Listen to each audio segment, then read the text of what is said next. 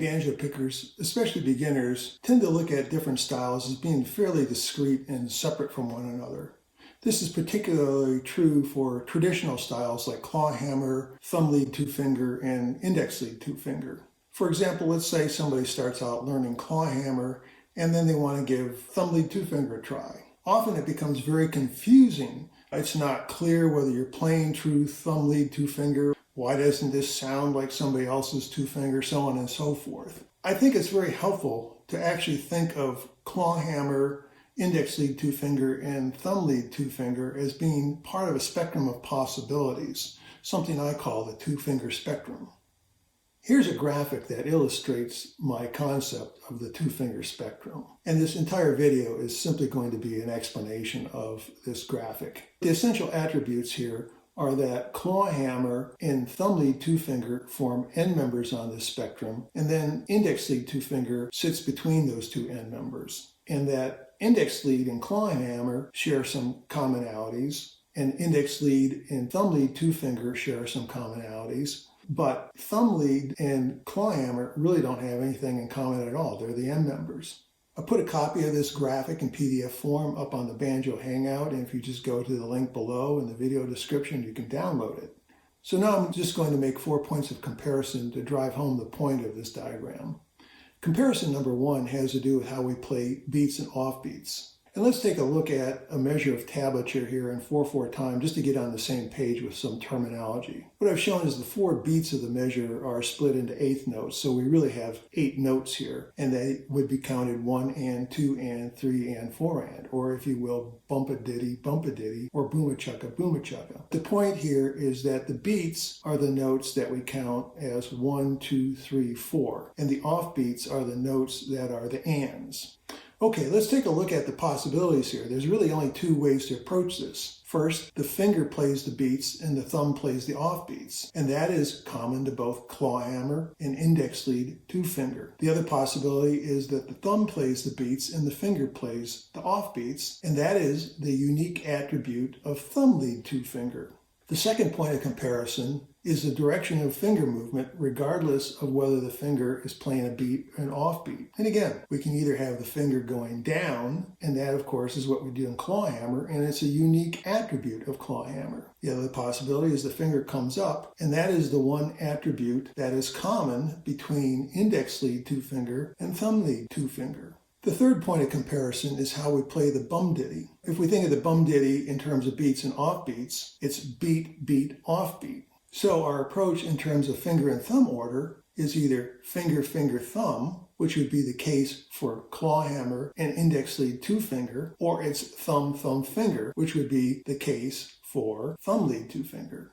The other thing to think about is how the ditty is played in the bum ditty. For this, let's assume that we're in the standard G tuning and that we're going to play the bum ditty on strings 1, 2, and 5. In claw hammer, we might start by striking the bum of the bum ditty on the second string, followed by the ditty part on string 1 and then on string 5. So the thumb is going to play that offbeat, that drone note, on the 5th string. So this is going to come out sounding something like...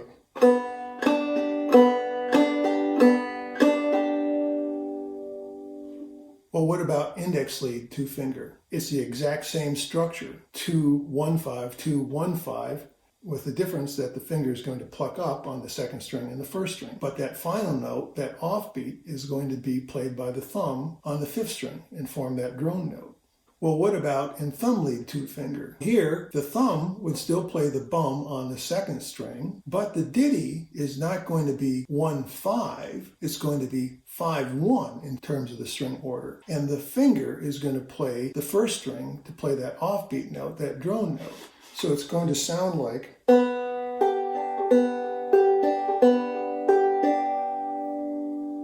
And this is a key attribute of thumb lead two finger, that the ditty is actually played in reverse from what we do in claw hammer and index lead two finger. That's a huge and important difference in understanding what thumb lead two finger is all about. Comparison number 4 has to do with playing drop thumb. By definition, drop thumb is when we use the thumb to play an offbeat note on either the 2nd, 3rd, or 4th string rather than on the 5th string. The structure of that would be 1 and, 2 and, or bump-a-ditty. In claw hammer, the finger order would be finger, thumb, and we might play it by hitting strings 1, 2, 1, 5. So, for example,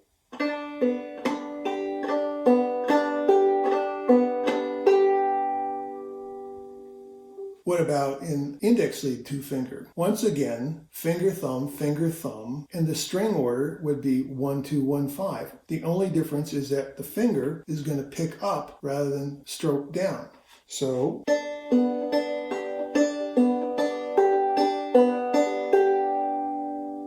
drop thumb in index lead 2-finger. What about thumb lead 2-finger? Well, remember the definition is that the thumb is going to play an offbeat note.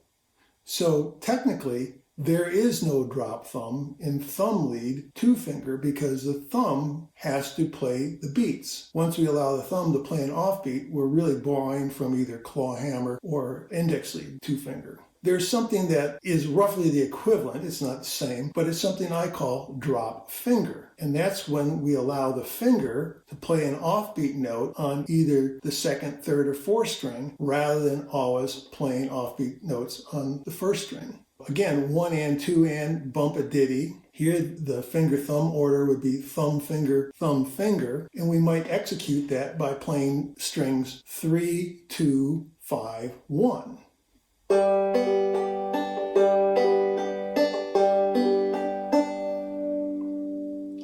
By the way, that pattern I played, 3, 2, 5, 1, in bluegrass, 3-finger picking is known as the square roll, or sometimes the inside-outside roll.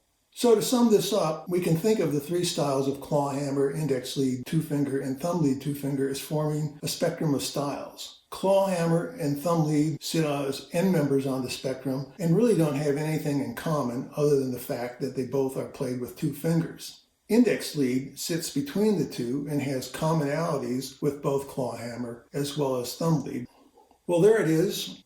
I hope this stimulated some useful thoughts, and as always, keep on picking.